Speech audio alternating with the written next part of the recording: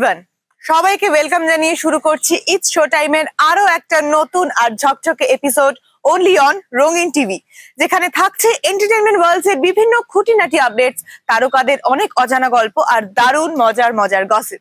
তাহলে চলুন শুরু করে দিই আজকের এপিসোড। আর প্রথমেই চোখ রাখবো আজকের আপডেটসে। সম্প্রতি কলকাতার এক সাংবাদিক বৈঠকে টলিউডের বর্তমান অবস্থা নিয়ে কথা বললেন প্রযোজক সংগঠক পাপিয়া অধিকারী। তিনি জানান যে এতদিন ধরে চলা এই ব্যান কালচার বিভিন্ন রকম সমস্যা ডেকে এনেছে টলিউডে।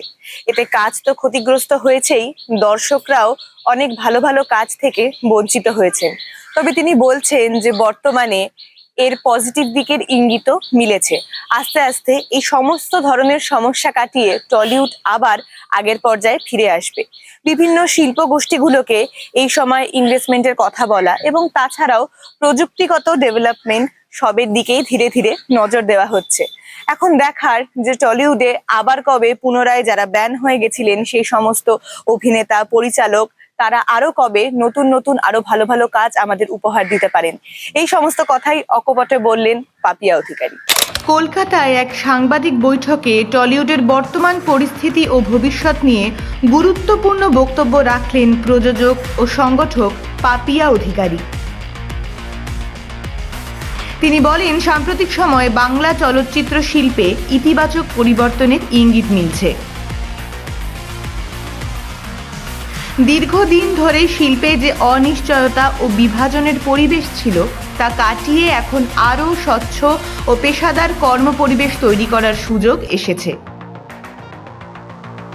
পাপিয়া অধিকারীর মতে বড় কর্পোরেট ও শিল্প গোষ্ঠীগুলিকে টলিউডে বিনিয়োগে উৎসাহিত করতে হলে শিল্পকে আরও সংগঠিত ও ব্যবসা বান্ধব করে তুলতে হবে। তিনি জানান, পর্যাপ্ত স্টুডিও পরিকাঠামো, আধুনিক প্রযুক্তি ও সুসংহত প্রযোজনা ব্যবস্থার মাধ্যমে বছরে আরও বেশি সংখ্যক চলচ্চিত্র নির্মাণ সম্ভব।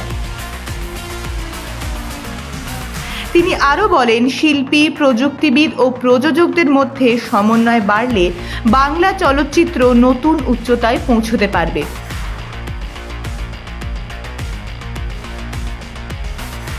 টলিউডের আগামী দিন নিয়ে তিনি আশাবাদী, এমন কথাই বলেন। সিনেমা এবং ভিএফএক্স অ্যানিমেশনের সবার সাথেই কথা হয়েছে। তাদের অনেক সমস্যা ছিল, নানা রকমভাবে তাদের আটকানো হয়েছে, নানা রকমভাবে তারা অসুবিধায় পড়েছে। এখন তো আর রাহু নেই, এখন তো আর কোনো কাটমানি নেই, এখন তো নিজেদের স্বার্থে নিজেদের পকেটে করার কোনো রকম ব্যাপার নেই। তো সবাই এখন ইন্ডিপেন্ডেন্টলি কাজ করবেন, সবাই সব রকমভাবে।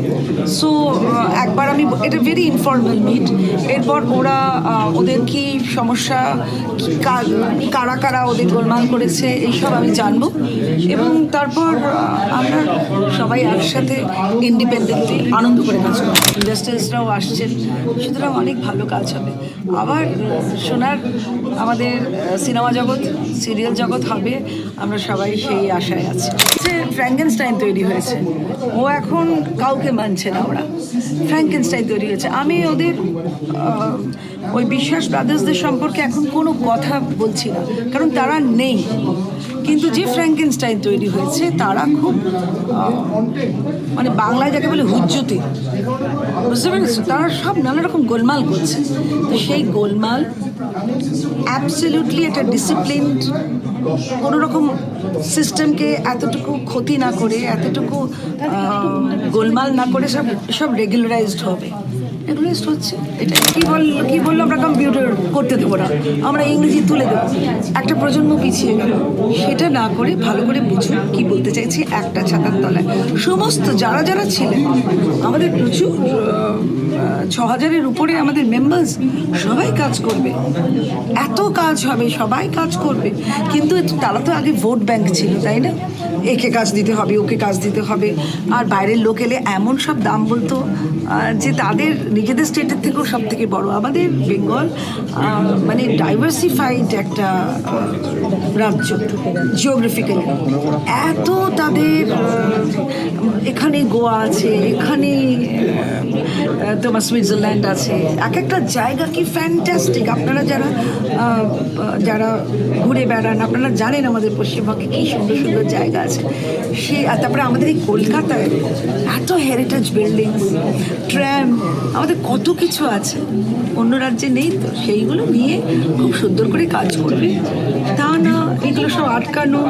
এবং আমরা একটা ওয়ান উইন্ডো মানে পারমিশন বা সব কিছুর ক্ষেত্রে মানে পাড়ায় পাড়ায় সিন্ডিকেট তৈরি হয়েছে, পাড়ায় পাড়ায় সবাইকে টাকা দিতে হবে, তাহলে আউটডোর হবে। এসব কি মানে মানে হাউমাও খাও, যেখান থেকে পাই সেখান থেকেই খাই, এরকম করলে তো হবে না। মানে ডিসিপ্লিনড একটা ওয়ান উইন্ডো এইরকম একটা কাজ হবে, অনেক কিছু। আর এই যা বললাম এবং এইবার কিছু যদি সাবসিডি পাওয়া যায়, এটা তো আমি একা বলতে পারবো না, আমাকে আমার উচ্চ নেতৃত্বের সাথে কথা বলতে হবে।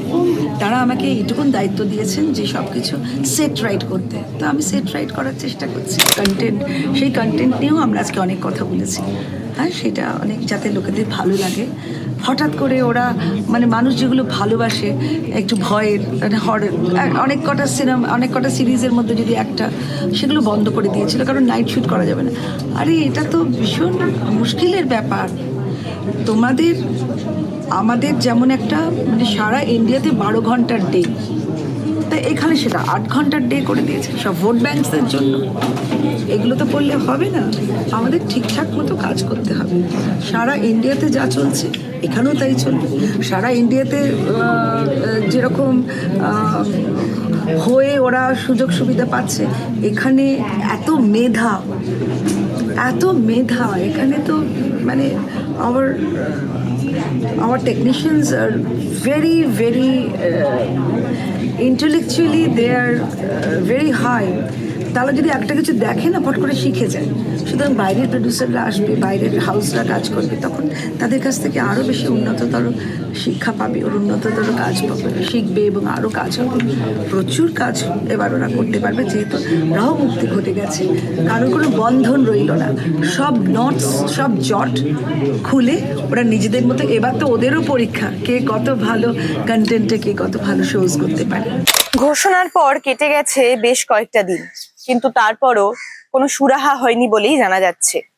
4 জুন টেকনিশিয়ান স্টুডিওর সামনে জমায়েত হন বেশ কিছু মানুষ এবং ঘটে যায় কিছু অপ্রীতিকর ঘটনা। ঢিল ছোড়া থেকে শুরু করে বিভিন্ন রকমের খারাপ শব্দ প্রয়োগ, বিভিন্ন রকমের সমস্যার সম্মুখীন হন এবং সেই নিয়েই অবশেষে মুখ খুললেন রুদ্রনীল ঘোষ। ঘোষণার পর কেটে গেছে অনেক দিন, তাও পুরোপুরি জট ছাড়ানো যায়নি বাংলা ফিল্ম ইন্ডাস্ট্রির। 4 জুন টেকনিশিয়ান স্টুডিওতে ফেডারেশনের কিছু মানুষ জমায়েত করেন এবং তা পরিবর্তিত হয় একটি গোলযোগে। ইটপাটকেল ছোড়া থেকে শুরু করে আরও বহুবিধ বিশৃঙ্খলা দেখা যায় টেকনিশিয়ানে। এই বিষয়ে অকপটে মুখ খুললেন রুদ্রনীল ঘোষ রঙিন টিভির ক্যামেরার সামনে। দেখুন, এইটুকু প্রথম কথা হচ্ছে যে টেকনিশিয়ানদের একটা বড় অংশ তারা টেকনিশিয়ান স্টুডিও তথ্য সংস্কৃতি দপ্তরে সম্মানীয় মুখ্যমন্ত্রীর উদ্দেশ্যে একটা আবেদন তারা জমা দেওয়ার জন্য জড়ো হয়েছিলেন বলে খবর। এবার সেই ক্ষেত্রে কিছু বাইরের লোকজন যাদের সঙ্গে স্টুডিও বা টালিগঞ্জের কাজে কোনো যোগাযোগ নেই, তারা এই ধরনের কিছু বিশৃঙ্খলা করে, অত্যন্ত দুর্ভাগ্যজনক। এগুলো না হলেই ভালো হতো। তারা কারা? বাকি আমাদের যারা সিনিয়র টেকনিশিয়ান, যেমন এদিকে জয়ন্তদা রয়েছেন, সোমনাথ কুণ্ডুর মতো একজন অত্যন্ত আমাদের গর্বের একজন মেকআপ শিল্পী রয়েছেন, তারাও কেউ আইডেন্টিফাই করতে পারেনি। মূল উদ্দেশ্যটা ছিল সম্মানীয় মুখ্যমন্ত্রীর কাছে কীভাবে, কোন নিয়মে আমাদের টলিউড ইন্ডাস্ট্রি চলবে সেই ব্যাপারে তাদের কিছু বক্তব্য। তো তাই তারা যখন ওখানে পারেননি, নন্দনে তথ্য সংস্কৃতির আরেকটি গুরুত্বপূর্ণ জায়গা, সেখানে তথ্য সংস্কৃতি দপ্তরে তারা তাদের যে চিঠি সম্মানীয় মুখ্যমন্ত্রীর জন্য, সেই চিঠির প্রতিলিপি তারা জমা দিলেন এবং তারা অত্যন্ত শান্তি শৃঙ্খলার সঙ্গে সবাই মিলে একসঙ্গে যে কাজ করতে চান এবং সরকারের কাছ থেকে কোনো একটি সঠিক নিয়ম তারা যে প্রত্যাশা করছেন সেই কথা তারা জানিয়েছেন এবং এই ক্ষেত্রে সম্মানীয় মুখ্যমন্ত্রীর তরফ থেকে যে বার্তা রয়েছে আমি সেইটুকুই জানাতে এসেছি। তিনি চান যে অন্যান্য বিভাগগুলোর মতোই আমাদের সংস্কৃতি জগৎ সুন্দরভাবে চলুক, সবাই মিলে একসঙ্গে তারা কাজ করুন। মতান্তর থাকতেই পারে, কিন্তু মতান্তর যেন না কোনো সৃজনশীল কাজের পক্ষে যে ক্ষতি পূর্বের সরকার এবং তাদের লোকজন বাধ্য করিয়েছেন মানুষকে করতে, যে জাঁতাকলের মধ্যে ফেলা হয়েছিল তা যেন আর না থাকে। ভয় আউট এবং ভরসাহীনের একটা পরিবেশ তৈরি হবে। যার এক সিদ্ধান্তে কাঁপতো গোটা বলিউড, যার হাত ধরে সুপারস্টার হয়েছেন অনেক বড় বড় অভিনেতা, সেই বিতর্কের অন্যতম মুখ ফিল্ম ইন্ডাস্ট্রির চাণক্য পেহলাজ নিহালনি আর আমাদের মাঝে নেই। ৭৬ বছর বয়সে তিনি আমাদেরকে ছেড়ে চলে যান। মুম্বাইয়ের নিজ বাসভবনেই শেষ নিঃশ্বাস ত্যাগ করেন। শারীরিক অবনতির জন্য প্রথমে তাকে হাসপাতালে ভর্তি করা হয়, পরে খানিক উন্নতির কারণে আবার বাড়িতে ফেরত নিয়ে আসা হয়, তবে তারপর আর শেষ রক্ষা হয়নি। ৭৬ বছর বয়সে আমাদের ছেড়ে চলে যান তিনি। যদিও বর্তমানে সবাই তাকে সেন্সর বোর্ডের প্রধান হিসেবেই চেনেন, তবে অনেকেই জানেন না যে তার কেরিয়ারে রয়েছে অনেক বড় বড় মুভি। হ্যাঁ, তিনি ছিলেন তার সময়ের একজন সফল প্রযোজক। তার ঝুলিতে রয়েছে পাপ কি দুনিয়া, শোলে और শবনম ইত্যাদি বড় বড় হিট। তবে নিঃসন্দেহে তার জীবনের অন্যতম মাইলস্টোন হলো আঁখে। আঁখে শুধুমাত্র বক্স অফিসের একটি হিট সিনেমাই ছিল না, বরং এটি ছিল বলিউডের নাম রেখে যাওয়া এক বড় সিনেমা। সেই সকল সিনেমার প্রযোজক আজ আর আমাদের মধ্যে নেই। এতে করে বলিউডে নেমে এসেছে এক বড় শোকের ছায়া। যার এক সিদ্ধান্তে কাঁপতো বলিউড, যার হাত ধরেই সুপারস্টার হয়েছেন বহু অভিনেতা, সেই বিতর্কের কেন্দ্রবিন্দু সেই ফিল্ম ইন্ডাস্ট্রির চাণক্য পেহলাজ নিহালনি আর নেই। আজ বলিউড হারালো এমন এক ব্যক্তিত্বকে, যিনি একদিকে ছিলেন সফল চলচ্চিত্র প্রযোজক, অন্যদিকে ছিলেন দেশের সবচেয়ে আলোচিত সেন্সর বোর্ড প্রধানদের একজন। ৭৬ বছর বয়সে প্রয়াত হলেন প্রাক্তন সিবিএফসি চেয়ারম্যান পেহলাজ নিহালনি। মুম্বাইয়ের নিজ বাসভবনেই শেষ নিঃশ্বাস ত্যাগ করেন তিনি। জানা গিয়েছে গত কয়েকদিন ধরেই তিনি ছিলেন অসুস্থ। মুম্বাইয়ের নানাবতী হাসপাতালে তার চিকিৎসাও চলছিল। শারীরিক অবস্থার কিছুটা উন্নতি হওয়ায় সম্প্রতি তাকে বাড়িতে নিয়ে আসা হয়েছিল। খবর প্রকাশ্যে আসতেই গোটা বলিউডে নেমে এসেছে শোকের ছায়া। আজকের প্রজন্ম হয়তো তাকে বেশি চেনে সেন্সর বোর্ডের বিতর্কিত চেয়ারম্যান হিসাবে, কিন্তু তার বহু বছর আগে থেকেই তিনি ছিলেন বলিউডের অন্যতম সফল প্রযোজক।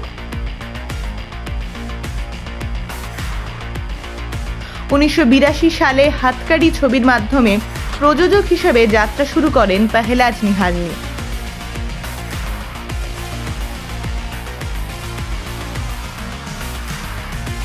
এরপর একের পর এক ব্যবসা সফল ছবি উপহার দিয়েছেন দর্শকদের। গুনাহ কা ফैसला, পাপ কি দুনিয়া, মিত্তি और সোনা, শোলা और শবনম, এই সব ছবির পিছনে ছিল তার মস্তিষ্ক ও বিনিয়োগ।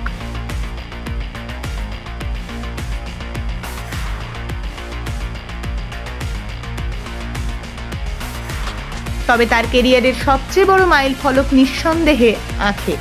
১৯৯৩ সালে মুক্তিপ্রাপ্ত সেই ছবি শুধু বক্স অফিস কাঁপায়নি, বলিউডের ইতিহাসেও নিজের নাম লিখে নিয়েছিল।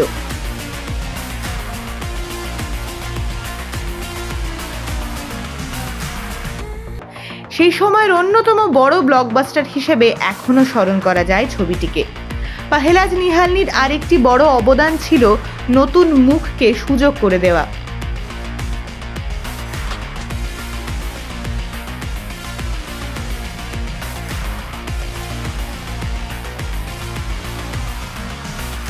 বলিউডে গোবিন্দার উত্থানের পেছনে তার ভূমিকা অত্যন্ত গুরুত্বপূর্ণ বলেই মনে করা হয়।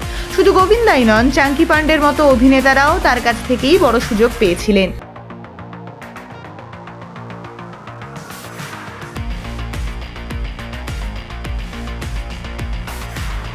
অনেকেই বলতেন পেহলাজ নিহালনি শুধু ছবি প্রযোজনা করতেন না, তিনি তারকা তৈরি করতেন। এমনকি অভিনয় জগতেও নিজেকে একবার পরীক্ষা করেছিলেন। 2008 সালে মুক্তিপ্রাপ্ত হাল্লা বল ছবিতে একটি ছোট চরিত্রেও তাকে দেখা গিয়েছিল।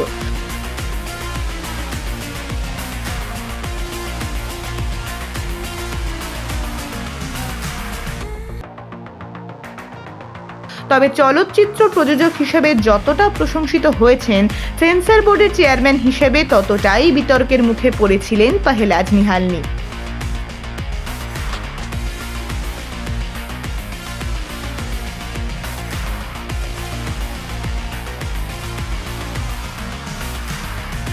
দু 2015 সালে সেন্সর বোর্ড অফ ফিল্ম সার্টিফিকেশনের চেয়ারম্যান পদে বসেন, আর তার থেকেই শুরু হয় বিতর্কের ঝড়।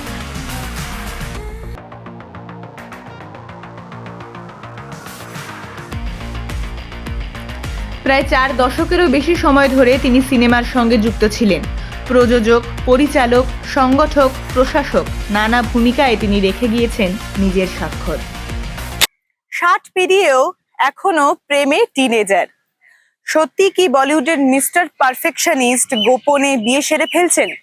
আগামী 5ই জুন কি সত্যি ছাদনাতলায় বসতে চলেছেন গৌরী স্প্র্যাটের সঙ্গে? যদি তাই হয় তাহলে এটি হতে চলেছে তার জীবনের 3য় বিয়ে। সম্প্রতি গৌরী স্প্র্যাটকে নিয়ে কথা বলতে গিয়ে আবেগপ্রবণ হয়ে যান আমির খান। তিনি বলেন যে তার অনেকটাই বয়স হয়ে গেছে এবং বর্তমানে তিনি কারোর সাথেই একসাথে থাকার কথা ভাবছিলেন না। তবে গৌরী স্প্র্যাটের সঙ্গে হঠাৎই তার এক অদ্ভুত ভালো সম্পর্ক তৈরি হয়েছে। এর আগে এই অভিনেতার আরো 2টি বিবাহ ছিল। তার প্রথম স্ত্রী ছিলেন রীনা দত্ত। 16 বছর বৈবাহিক জীবনের পর অবশেষে ডিভোর্স হয়ে যায়।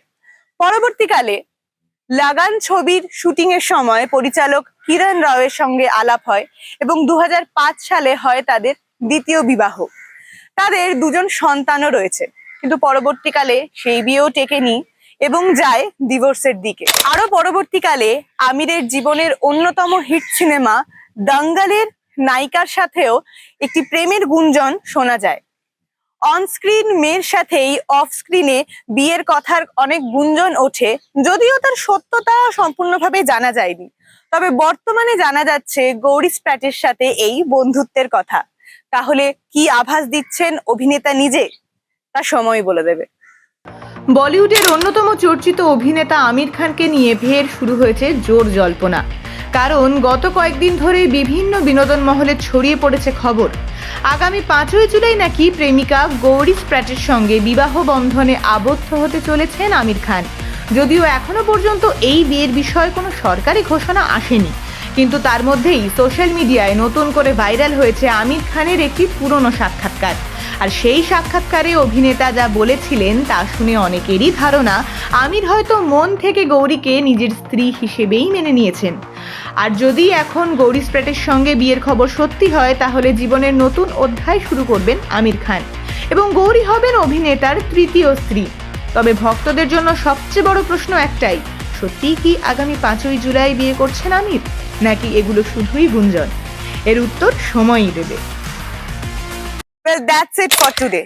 ফিরে আসবো আরো একটা নতুন এপিসোডে আরো অনেক খবর, অনেক আপডেটস নিয়ে। ততক্ষণ চোখ রাখুন শুধুমাত্র রঙিন টিভির পর্দায়।